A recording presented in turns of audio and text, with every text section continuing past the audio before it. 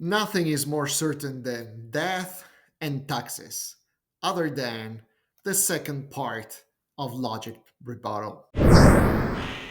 On New Year's Day, Logic came out with the second part of his 1 hour and 30-minute rebuttal to my 20-minute video about the definition of God that leaves atheists speechless. Now, if you have not seen part one rebuttal to his rebuttal, you can find it in the videos. This is the second part, so I'm going to address all the objection that he brought up in his second part of the rebuttal. And to make sure that you take me seriously, I also took a lot of notes.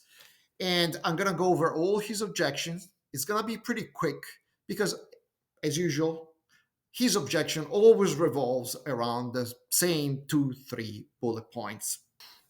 Let's see. So, the first thing he brings up is the idea of the block universe. Actually, I was very surprised that he knows about the block universe.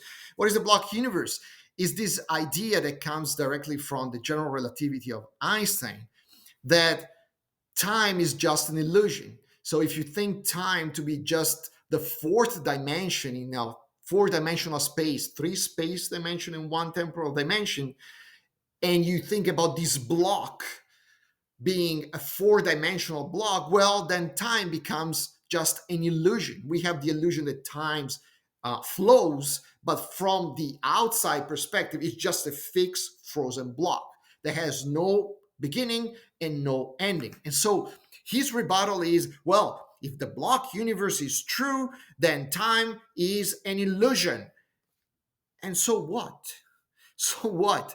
The point of the universe and the general relativity, the core concept of general relativity, is not about time being real or not. Even Einstein thought that time was just our illusion, but that's not the core of relativity. The core of relativity is causality. Causality is respected in general relativity and actually is the only essential concept that is required in the block universe. So the fact that time is an illusion or not does not make the universe more necessary than what it is. It's still contingent. All right, second objection. Well, he says, maybe the universe is necessary and there's no possible way things can be different than what they are. Sure, maybe, but even the claim that the universe that we know of is the only possible universe that can exist is a very bold claim. And you cannot just throw it there like that, saying, since this is the only universe that we see and that we know of, it must be necessary and no other possible universe can exist. It's a very extraordinary claim. And to support his claim, actually, he throws a WTF curse in there. I don't know where it came from, but um, so that was his third objection. The fourth objection is, why can't a very specific thing be necessary?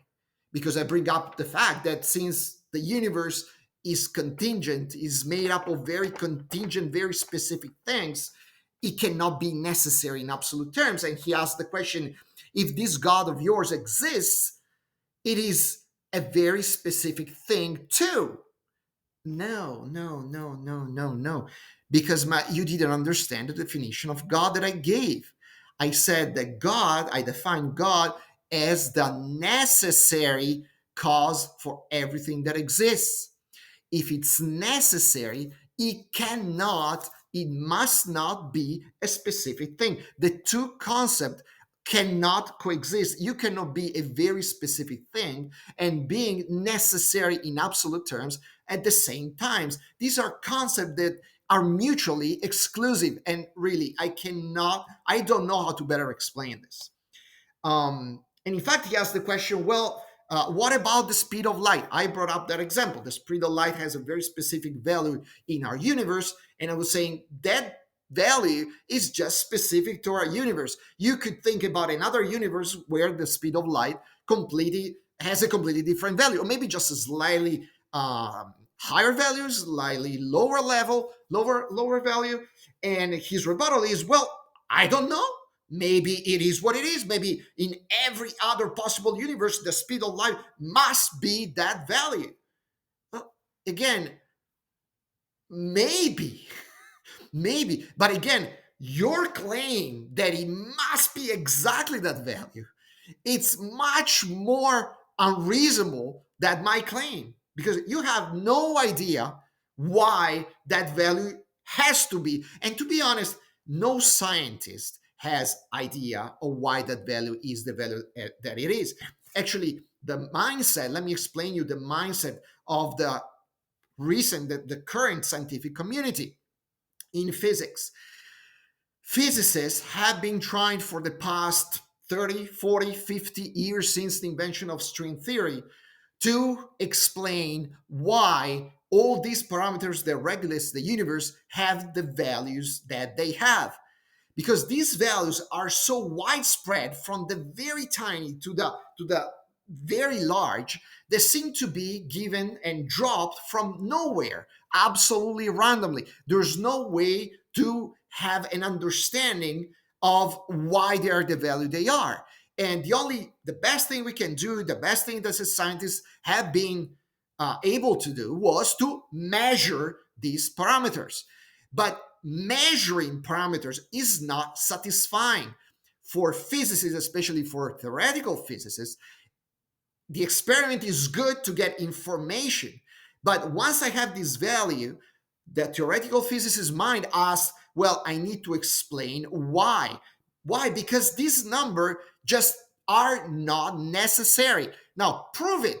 But that's not the mindset of how science works. And in fact, physicists in string theory have been trying to put together this super complicated model with membranes crossing, compactified, higher dimensions. I don't want to enter into those details, to try to explain exactly those parameters, because in their mind, the mind of scientists, not about a mindset of religious people, the mindset of scientists is, I don't believe that these parameters are just there just because. They must come from something else.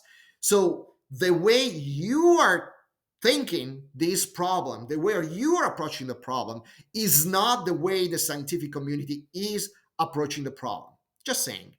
To which your next objection was, well, it's all BS. I don't know what you dropped another curse word here out of nowhere.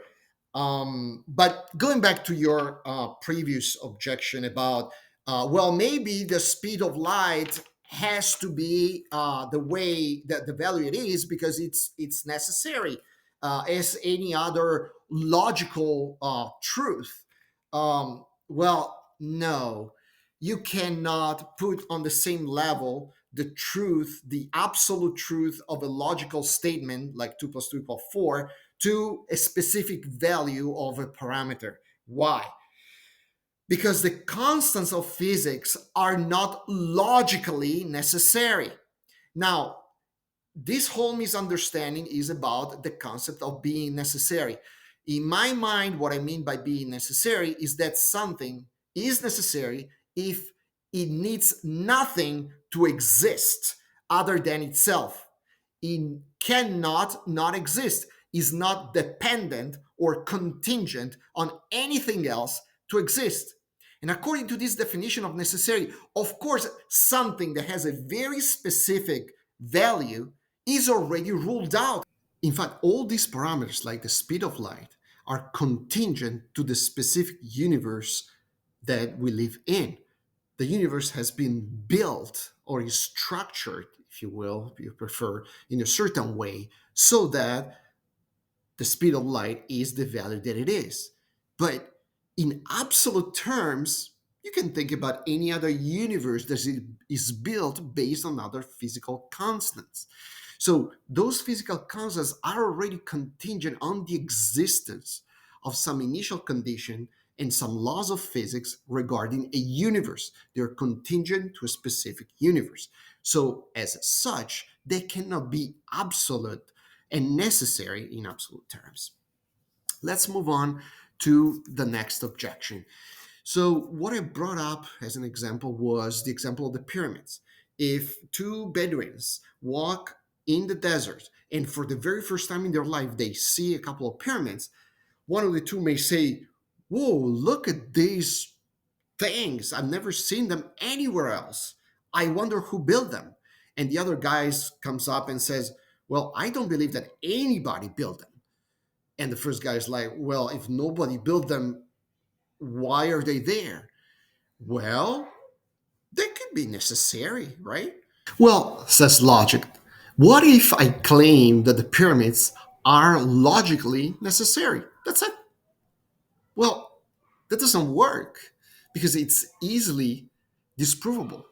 We can easily disprove that pyramids are logically necessary. How? Well, if something is logically necessary, it must exist in absolute terms, meaning it's not bound by either space or time. It means that it has to exist always and everywhere. If a pyramid exists here but not there, it's already disproved. It cannot be logically necessary. If it were logically necessary, it would exist here, but it will also exist there. It would exist everywhere and always. Okay? So it's silly. It's a silly objection. And the end of his second video is this. He claims that it's arrogant to say that we know that the universe had a cause. I don't know if the universe had a cause. I'm not that arrogant. Well, let's stop right there.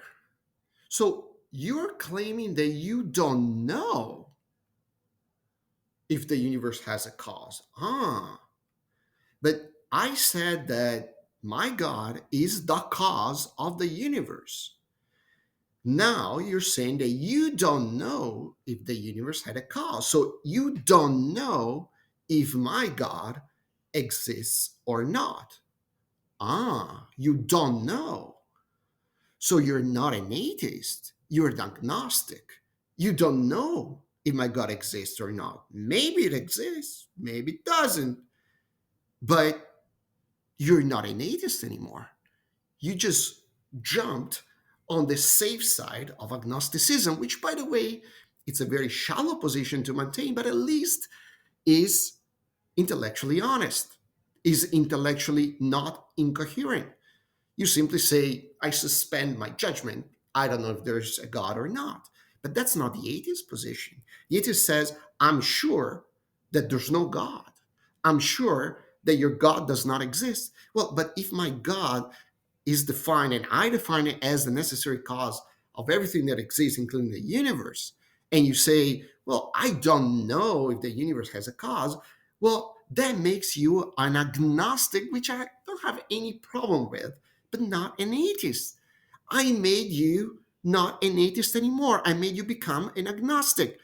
And that's fine if you want to be an agnostic, but hey, I already pushed you on the brink of agnosticism, not atheism anymore. You see, the moment you pull atheists out of their comfort zone and you push them to make hypotheses, to make claims, they break down because atheism is such a shallow system of thought that it's so easy to disprove.